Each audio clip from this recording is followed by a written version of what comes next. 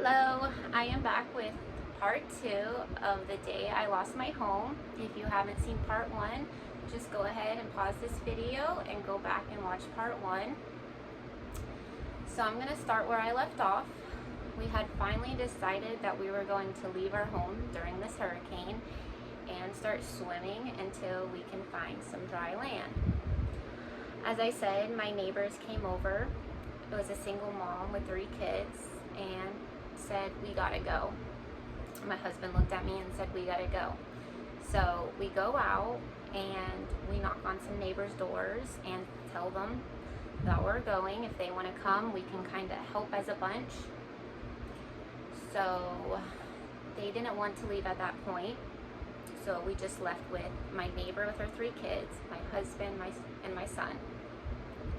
We get out to like the middle of the road where there's a stop sign, and I'm looking both ways and making sure there's no traffic, but of course there's no traffic because cars are just getting stuck.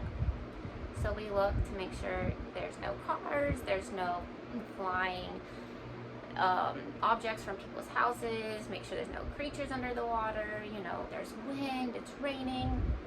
Here we are swimming, and we start to cross that road after that stop sign, and we see a huge big truck. It's not just a big truck.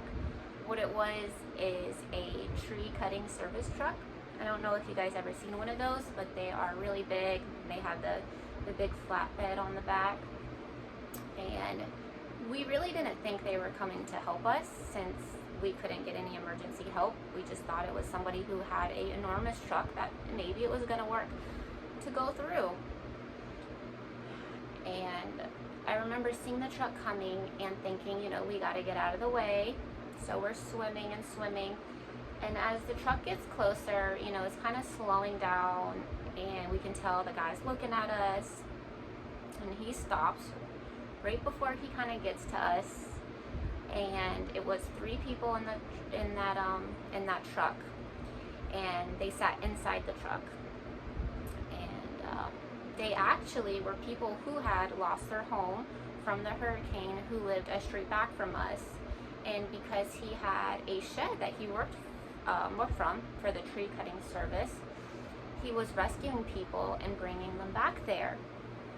So he comes over and he's like, "Do you guys need help?" And we said yes, and we explained the situation. And there was a woman and another guy who got out of the truck and started helping us, picking up our kids and putting them into the truck.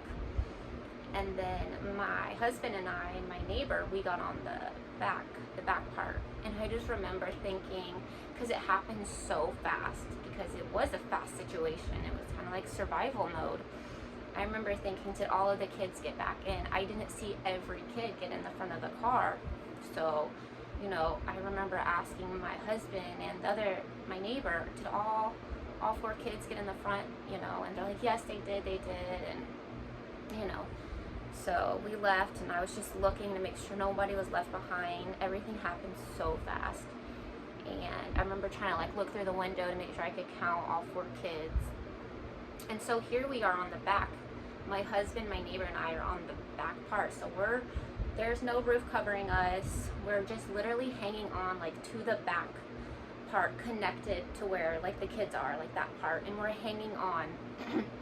I remember my husband was hanging on, my neighbor was hanging on, and my neighbor and I were hanging on to each other, and then my husband was kind of hanging on to me too. And it was still pretty scary at this point. We did feel some relief that we were getting help. And I remember the guy who was driving, he would just yell out his window, "Dodge, dodge, dodge." And last minute we would have to dodge because there were huge trees and tree limbs just sticking out. I remember one time he said it, and me and my neighbor went down really fast, and we banged heads together. And we just kept going, and there was so many times we'd have to dodge in different ways, and it was kind of crazy. So he took us over to his little shed where he stored stuff. It was kind of like a big garage.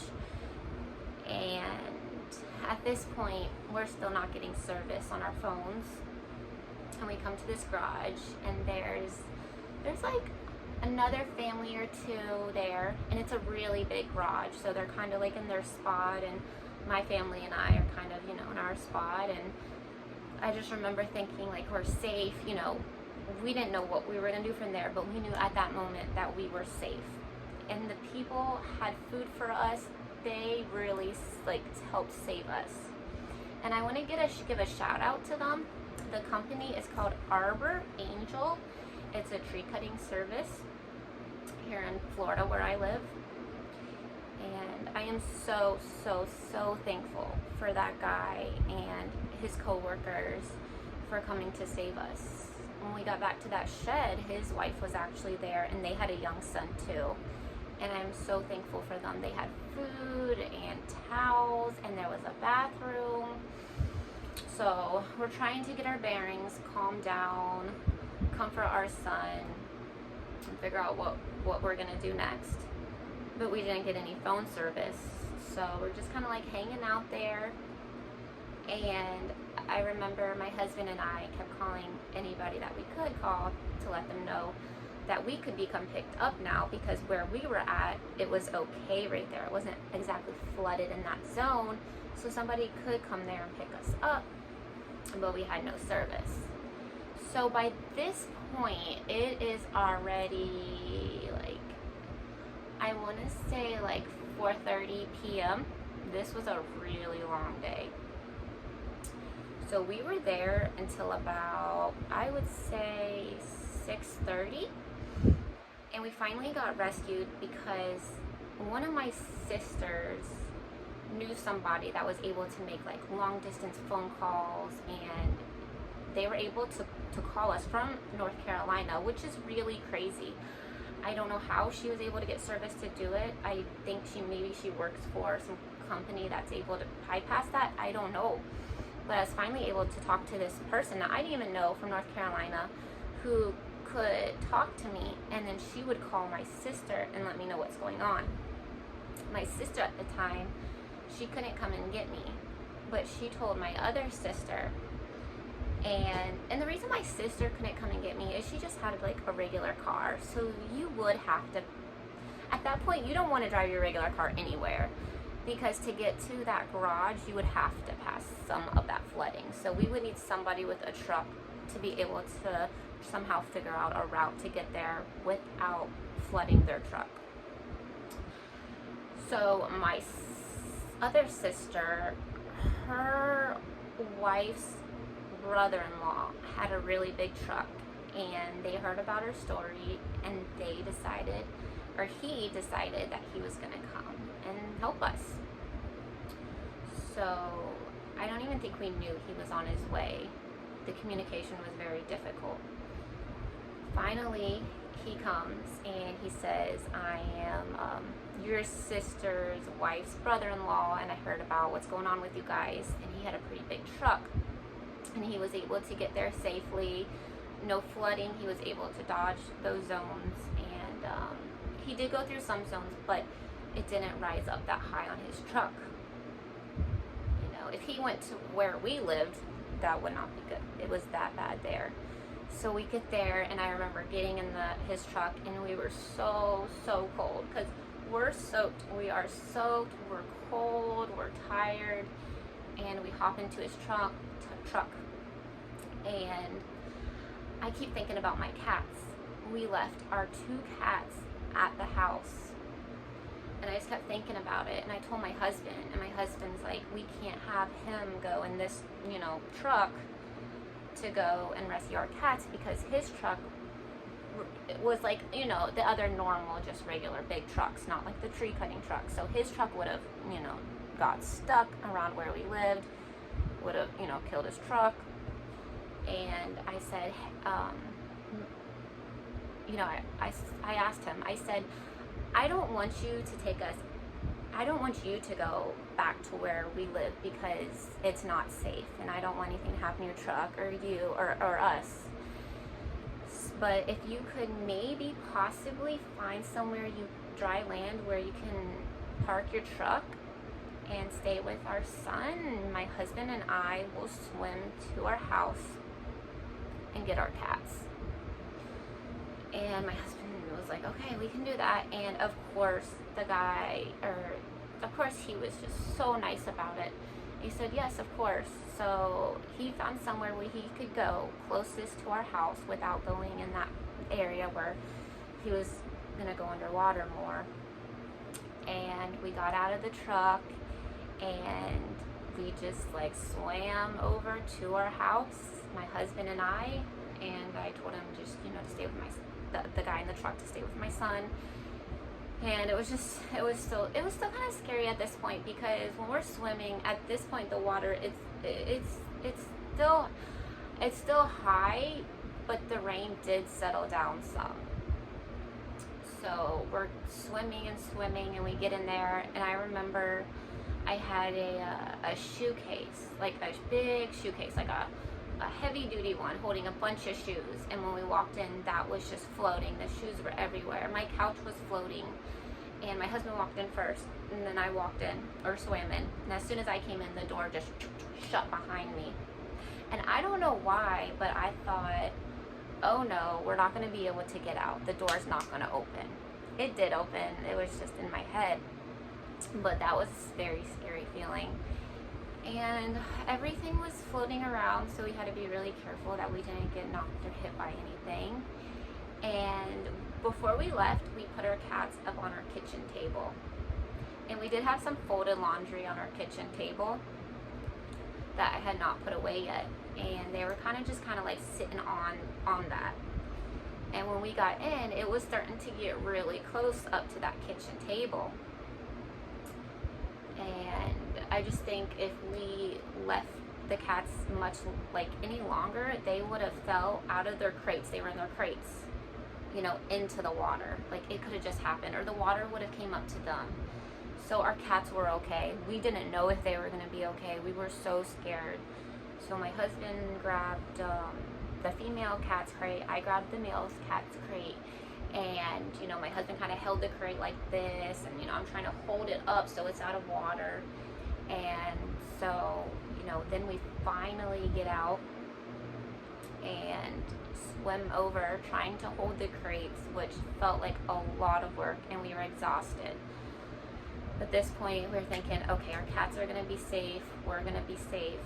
And then we finally get out there into that truck, and we put our cats in, and we get on in, and he drives away.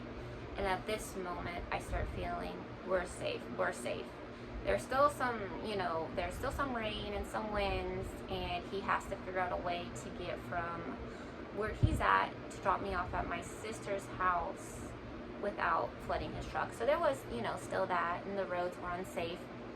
And then I remember seeing my sister's house as he pulled up, and I felt so thankful. I just kept thinking, we're alive, we made it, and at my sister's house, it wasn't flooded at all. We were safe. So we got there, and I remember going inside, and I was just sobbing. It was hard. I finally just let my emotions out, and I remember we all were just saying, we want to take a shower. Like, we were freezing, we were disgusting. We took a nice warm shower, and it was a lot to process. I just remember hugging my husband and my son so much. And that is pretty much the end of that story. A few days later, when it was safe, we were able to go back and look at our home. And we did get some footage of post-hurricane when we went back. So if you stay tuned, I will put the footage of that in this video. Thank you so much for watching. I truly appreciate it. All my videos are not going to be about this hurricane. I really want to continue to make more content. I am considering making some meal prep content, some grocery hauls, maybe back to school hauls, lifestyle hauls. But of course, I do love sitting down and talking. I think some of my videos will be like this. And if you guys have any suggestions on what I should do, or what you want to see from me, or just any questions, please leave them in the comments below. And I would be so thankful if you can like and subscribe. And don't forget to watch the footage if you want to see. Alright, thank you guys so much. Be safe. Bye. Hey, will you tell him I got some animals inside?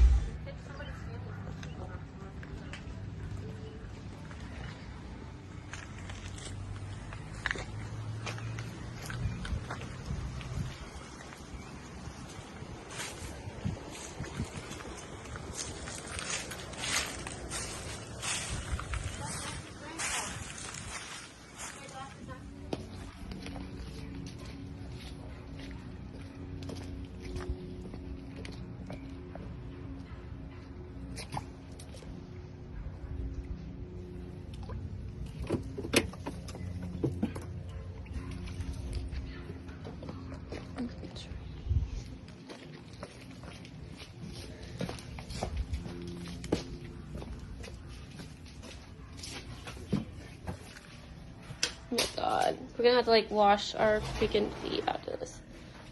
It smells so bad in here. Oh my god, it's all my. Oh god.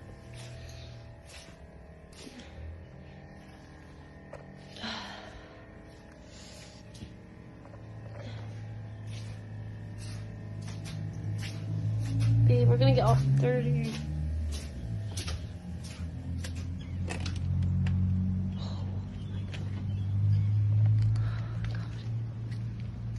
Okay, made it.